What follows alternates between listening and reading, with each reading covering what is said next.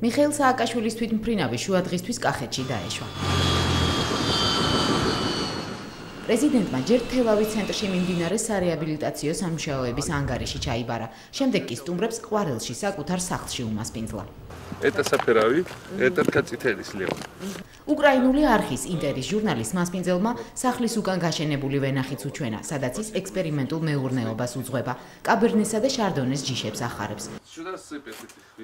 შინაური ჭაჭა, იქვე გამომცხვარი დედასპური და სააკაშვილების მარანი. მოგზაურობა კახეთში საკუთარი სახლის ვერანდაზე საკმაოდ ვრცელი ინტერვიუთი დასრულდა. პასუხებით მთავარ შეკითხვაზე, რა აქცევს ადამიანს მსოფლიო მოქალაქედ. ჩვენ მოგითხრობთ ყველაზე ცნობილი ადამიანების შესახებ, რომლებსაც სამყაროს უკეთესობისკენ შეცვლა შეუძლიათ. ადამიანი, რომლის ფილოსოფია ჩვენთვის ძალიან ახლოა და რომელიც დაუჯერებლად უყვართ უკრაინაში, მიხეილ სააკაშვილია. მან შეძლო ის, რაც ვერ მოახერხა ბევრმა უკრაინელმა პოლიტიკოსმა და მათ შორის პრეზიდენტმა იუშენკომ. სააკაშვილი არის ადამიანი, რომელმაც გამოიყენა თავისი შესაძლებლობები, ადამიანი, რომელმაც თვითონ შექმნა საკუთარი თავი. რასაც ის საქართველოში აკეთებს ძალიან დიდი გარღვევაა და უდიდესი მაგალითი ყველა ევროპელი მმართველისთვის და რა თქმა უნდა ის ჩვენი პროექტის პირველი გმირი გახდა.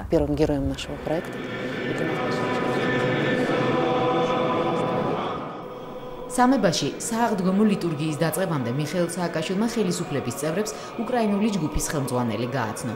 ის საქართველოში დოკუმენტური ფილმის გადასაღებად ჩამოვიდა. ფილმის მთავარი გმირი ქვეყნის პრეზიდენტია. ეპიზოდები კი ყველაზე მნიშვნელოვანი მოვლენები. Едем туда, куда едет президент.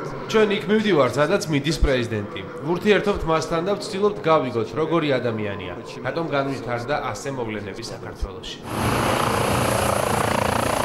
ანდრეი კევაშევის და ჯგუფის დანარჩენი წევრებიც საქართველოში უკრაინული არხის დაკვეთით ჩამოვიდნენ. კომპანია ინტერი ახალ პროექტს იწყებს. პირველ სურათს დოკუმენტური ფილმების ციკლიდან მსოფლიო მოქალაქეები მიხეილ სააკაშვილის შესახებ იღებენ. საქართველოს დიდი ქალაქების გარდა უკრაინელი დოკუმენტალისტები პატარა სოფლებშიც მოხვდნენ. თუმცა წინასწარ დაგეგმილი სცენები არაერთხელ შეეცვალათ ხან პრეზიდენტის, ხანაც ზემო და ქვემო შუხუთელების ექსპრომტის გამო. თავარ მოედანზე შეკრებილი სოფელი მზად იყო სახალხო დღესასწაული დაეწყო. სტუმრებს ლოდინი არ დასჭირვებიათ. ფილმის ყველაზე პატარა გმირივით გადამღები ჯგუფის წევრებმაც შემაღლებული პოზიციები დაიკავეს, თუმცა ქვემოთ დარჩენილები ბოლომდე ვერ მიხვდნენ, სად იყვნენ და რა ხდებოდა მათ ირგვლივ.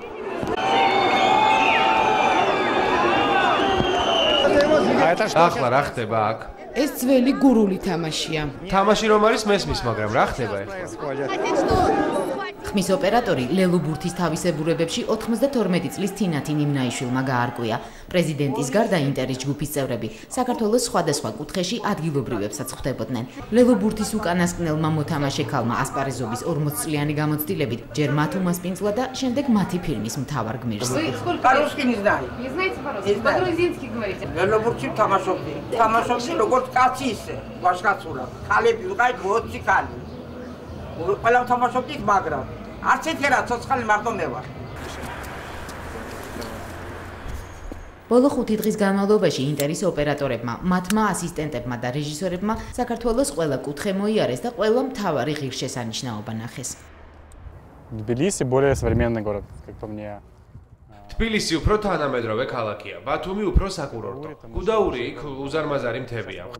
ხშირად ვარ ხოლმე მთებში, მაგრამ ამ ხელა მთები არც ადმინახავს. ჩვენ ვიღებთ ფილმს საქართველოს აღორძინების შესახებ, თანამედროვე ყოფას. გვაინტერესებს კოლორიტი, როგორ იცვლება ხალხი, როგორ იცვლება სიტუაცია და თვითონ ქვეყანა. ამის ჩვენებას ჩვენი პატარა ფილმით შევძლებთ. ინტერის დოკუმენტური ფილმის ერთ-ერთ გადასაღებ მოედნად ძველი თბილისიც იქცა.